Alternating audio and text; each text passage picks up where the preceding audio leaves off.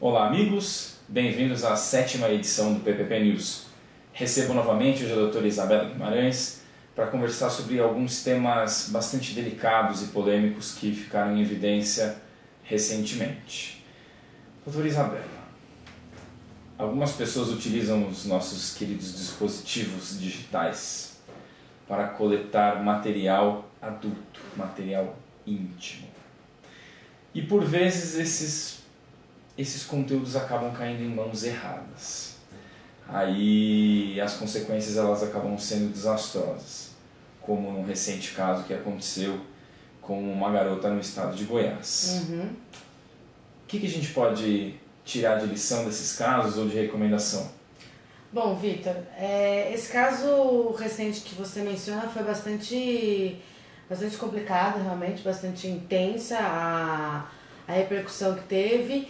E o que nos chamou a atenção, acredito que foi o primeiro caso, talvez que esse debate tenha vindo mais à tona, talvez do quanto a vítima foi mais ainda vitimizada e mais agredida pelo público, que aumentou o problema dela.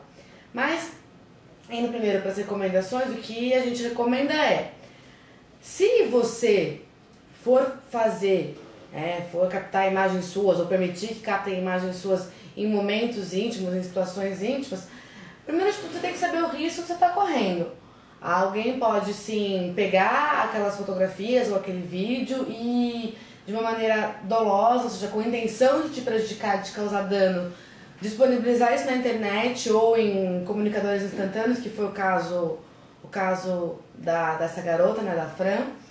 Ou alguém pode até de maneira culposa, ou seja, sem a intenção de te causar dano, ou mesmo sem saber o que está ali, disponibilizar o conteúdo online.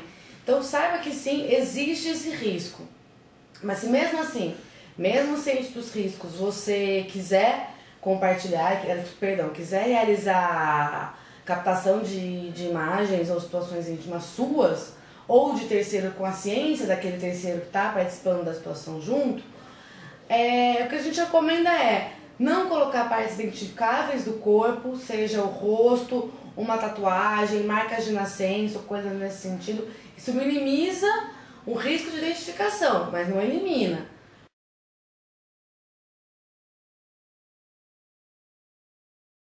Caso a sua intenção seja divulgar para poucas pessoas, eu costumo dizer que não existe segredo entre duas pessoas. Se está entre duas pessoas já não é mais segredo.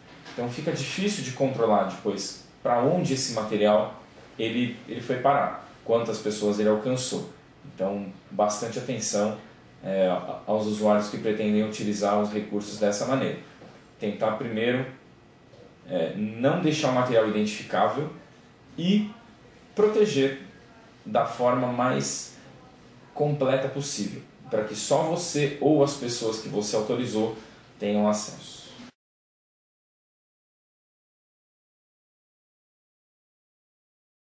É possível as pessoas serem punidas por conta desse tipo de conduta, por disseminar vídeos ou materiais dessa natureza, não só vídeos, mas fotos ou... Conteúdos íntimos, Conteúdos íntimos de terceiro, acho que isso é um ponto importante de colocar, que a gente está tratando aqui nesse momento de violação da privacidade de terceiros.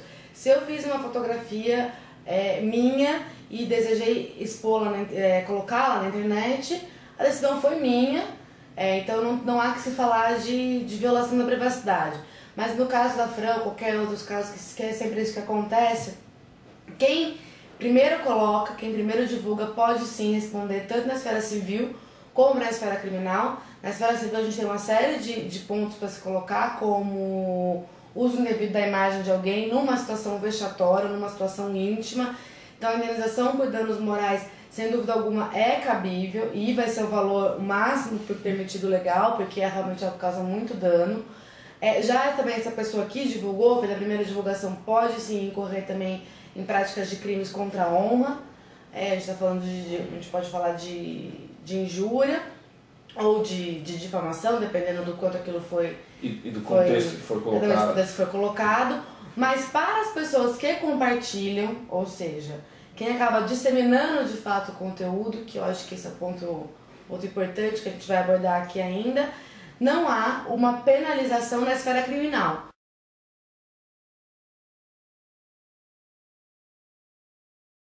Mas as pessoas podem sim enfrentar um risco na esfera civil, ou seja, quem compartilhou, seja com seus amigos de redes sociais, ou com os amigos de conversadores instantâneos, pode haver uma busca de quem foram essas pessoas, ou as principais pessoas, os principais grupos em que houve a disseminação, e elas responderem também por danos morais, e ali aproximar uma responsabilidade civil pelo dano que foi causado. Por ter contribuído para a exposição. Exatamente, por ter contribuído à violação de direito de terceiro. Deixando um recado para os internautas que gostam de apreciar essa literatura, esse tipo de material, busquem sempre conteúdos que possuem autorização para circular. E se vocês perceberem que existe um conteúdo que foi compartilhado de forma inadequada, manifestem-se. Afinal de contas, é aí que existe o crime, é aí que existe a ilegalidade. Quando você dá uma exposição indevida para um conteúdo que era para ser mantido em segredo ou em confidencialidade. Então, Isabela, alguma recomendação final para os nossos queridos internautas sapecas? Eu acho que é comum. Eu concordo inteiramente com o que o Vitor falou agora no final. Acho sempre bom se colocar assim na posição do outro e pensar se talvez o dano à Fran ou a todas as outras Frans e as pessoas famosas ou anônimas, enfim, que passam por esse tipo de situação e cotidianamente passam, se a gente que compartilha, achando que está compartilhando de uma maneira, é brincadeira, tô entre os meus amigos, ela que fez, ela que está aparecendo, ou eles que fizeram, eles sabiam que isso podia acontecer, não é uma conduta bacana.